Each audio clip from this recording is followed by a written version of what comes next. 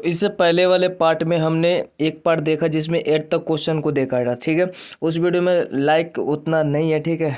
तो आप लोग अगर वीडियो देखते हैं तो इसको लाइक जरूर से कर दे और कमेंट भी जरूर से कर दे। आप चैनल पर नया चलो सब्सक्राइब जरूर से कर दे, जिससे हमें मोटिवेशन मिले और हम वीडियो बनाएं, ठीक है।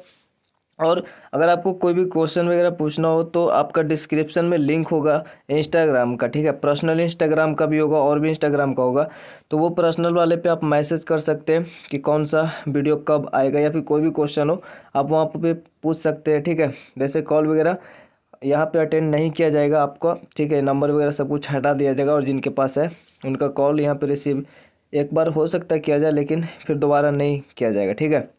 तो आप मैसेज कर सकते हैं लेकिन कॉल नहीं कर सकते, तो इसके लिए इंस्टाग्राम पे आप मैसेज कर सकते हैं, वहाँ पे आपको रिप्लाई मिल जाएगा। तो यहाँ पे वीडियो का स्टार्ट करते हैं, लाइक जरूर से कीजिएगा। तो नंबर क्वेश्चन है कि स्थिर विद्युत के आकर्षण तथा प्रतिकर्षण के नियमों को लिखना है, ठीक है। इसका 2 नियम होता है।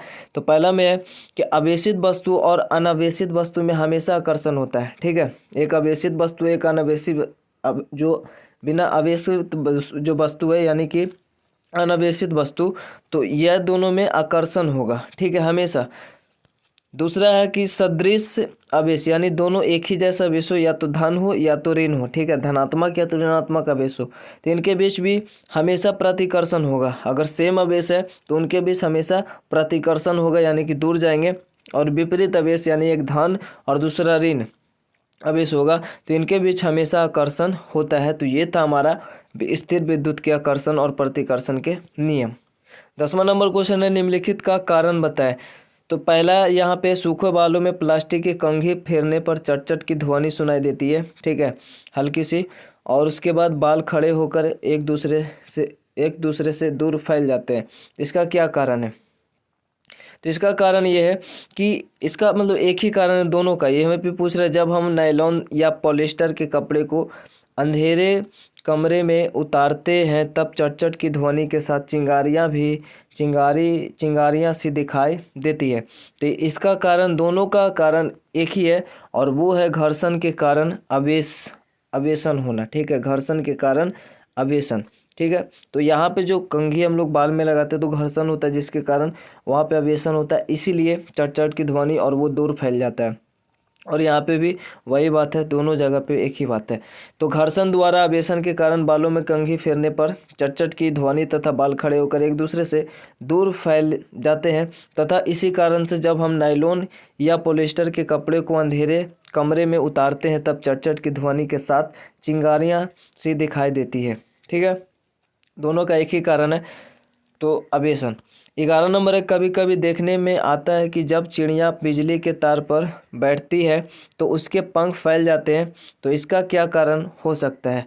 तो उत्तर है सदृश, यानी एक जैसा आवेशों के बीच प्रतिकर्षण होता है, और चिड़ियों के पंख अचालक होते हैं, ठीक है।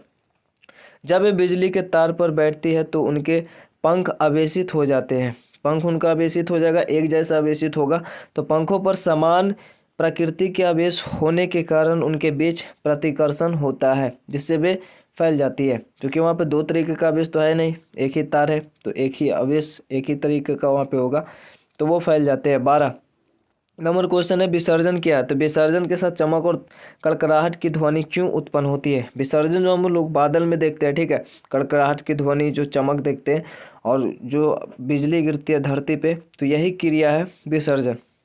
2 विपरीत प्रकार के आवेश से आवेशित 2 बादल, यानी 2 विपरीत आवेश ग्रहण किए हुए बादल होगा, जब एक दूसरे के निकट आते हैं तब कभी कभी एक बहुत बड़ा आवेश एक बादल से दूसरे बादल की ओर स्फुलिंग के रूप में, यानी जो बिजली आप देखते हैं, ठीक है, बादल में, जिसको हम लोग बिजली बोलते हैं, तो उसी को स्फुलिंग बोलते हैं, उसी के रूप में प्रवाहित होता है, ठीक है, उसी के रूप में प्रवाहित होता है एक बादल से दूसरे बादल में। ये जो आवेश है स्फुलिंग के रूप में प्रवाहित होता है, और इसी को हम लोग बोलते हैं, स्फुलिंग के रूप में प्रवाहित होता है, और इसी घटना को विद्युत विसर्जन बोलते हैं। इमेज आपको दिख रहा होगा स्फुलिंग किस टाइप से आपका बिजली कड़कता है, ठीक है।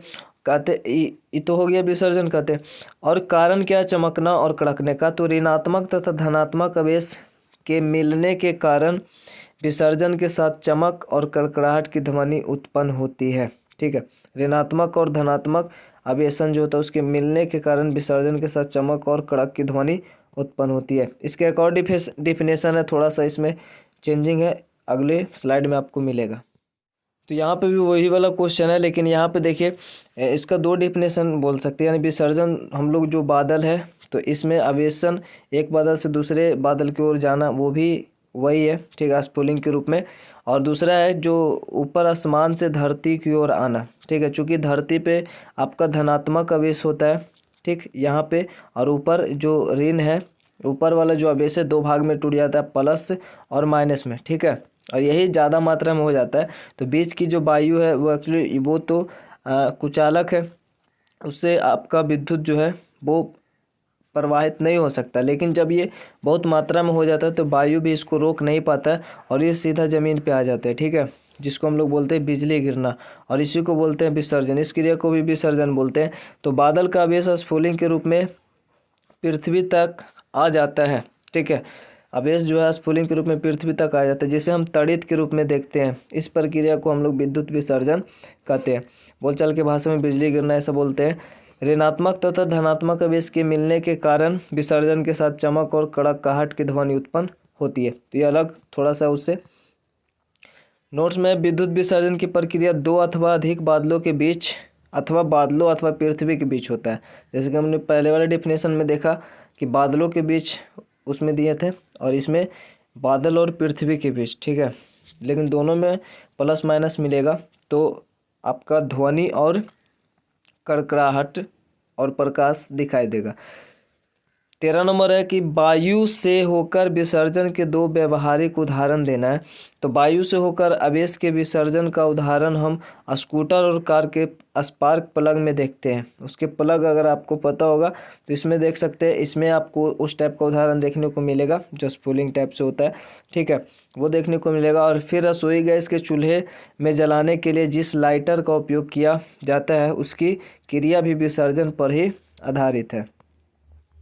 तो ये है आपका, अगर आपको नहीं पता है तो ये इंजन जो होता है उसमें होता है। 14 नंबर क्वेश्चन है, तड़ित से अपनी सुरक्षा के कोई 3 उपाय बताना है। तो तड़ित से अपनी सुरक्षा के 3 उपाय इस प्रकार है। पहला, यदि वाहन में हो तो वाहन की खिड़की दरवाजे बंद कर ले। यदि खुले क्षेत्र में हो तो जमीन पर सिमटकर नीचे बैठे। तीसरा, विद्युत तारों तथा धातु की चीज़ों को ना छुए, ठीक है। एक्स्ट्रा में अगर लिखना चाहे तो और भी लिख सकते हैं। तार वाले फ़ोन का प्रयोग ना करें। बारिश के बहते पानी में स्नान ना करें उस समय। तो ये सब बातें जो ध्यान में रखें। 3 बोल रहा था 3 है, 4 बोलता 4, 5 बोलता 5, ठीक है। 15 नंबर क्वेश्चन है, मौसम विभाग यह भविष्यवाणी करता है कि किसी निश्चित दिन तड़ित साझा झंझा की संभावना है और मान लीजिए उस दिन आपको बाहर जाना है तो क्या आप छतरी लेकर जाएंगे? व्याख्या करना है। तो यदि मौसम विभाग यह भविष्यवाणी करता है कि तड़ित झंझा की संभावना है तो उस दिन हम छतरी लेकर बाहर नहीं जाएंगे, क्योंकि यह सुरक्षित नहीं है। चूँकि तड़ित झंझा एक प्रकार का विद्युत विसर्जन है और छाते की डंडी धातु की बनी होती है, ठीक है। छाते की डंडी है वो धातु की बनी होती है, इसलिए तड़ित उसके पाइप पर आघात कर सकती है जो कि खतरनाक है। तो इसलिए हम लोग छाता नहीं लेकर जाएंगे। 16 नंबर है, उस पैमाने का नाम लिखिए जिस पर भूकंपों की विनाशी ऊर्जा मापी जाती है। इस पैमाने पर किसी भूकंप की माप 3 है। क्या इसे भूकंप लेखी यानी सिस्मोग्राफ से रिकॉर्ड किया जा सकेगा? क्या इससे अधिक हानि होगी? तो 3 है तो हानि नहीं होगा, 7 से अधिक होना चाहिए, ठीक है, 6 या 7 से अधिक होना चाहिए, तब वो खतरनाक और विनाशकारी होगा। 3 है तो ये हानि नहीं होगा, हानिकारक नहीं होगा। तो रिक्टर पैमाने पर भूकंपों की विनाशी ऊर्जा मापी जाती है। हाँ, इसे भूकंप लेखी यानी सिस्मोग्राफ से रिकॉर्ड किया जा सकेगा। और 3 है इसलिए नहीं, इससे अधिक हानि नहीं होगी। 17 नंबर है, मान लीजिए आप घर से बाहर हैं तथा भूकंप के झटके लगते हैं, आप अपने बचाव के लिए क्या सावधानियां बरतेंगे? तो अगर बाहर है तो अपने बचाव के लिए कुछ सावधानियां इस प्रकार है। मैं किसी खाली जगह को तलामूंगा और धरती यानी तलाशूंगा, ठीक है, मैं किसी खाली जगह को ढूंढूंगा या तलाशूंगा और धरती पर लेट जाऊंगा और सिर को तकिया से ढक लूँगा, ठीक है। लेकिन यहाँ पे बोल रहा है कि आप मान लीजिए आप घर से बाहर है, तो घर से बाहर है तो ये वाला तो होगा नहीं क्योंकि वहाँ पे तकिया नहीं होगा, ठीक है। तो ये वाला आपको नहीं लिखना है, ठीक है। लेकिन अगर घर से बाहर की बात नहीं बोलता तो हम ये वाला लिख सकते थे, ठीक है। तो ये वाला नहीं लिखना पीडीएफ में, वैसे ये वाला नहीं रहेगा, इसको चेंज कर देंगे। फिर तो अगला हम लोग लिख सकते हैं, वैसे 3 ही लिखें, जैसे ये या करके लिखा हुआ है ना, तो ये 1 नंबर आपका आंसर है जो रेड से लिखा हुआ है। भावनो, इसको हम लोग बड़ा करके पहले इसी को देख लेते हैं क्योंकि ये 1 नंबर है। यहाँ पे है भावनो वृक्षों तथा ऊपर जाती विद्युत लाइनों से दूर रहेंगे और खुले स्थानों को ढूंढ ढूंढ धरती पर लेट जाएंगे। तो ये हमारा सटीक है, पहला ये लिखेंगे। और दूसरा में यदि वाहन में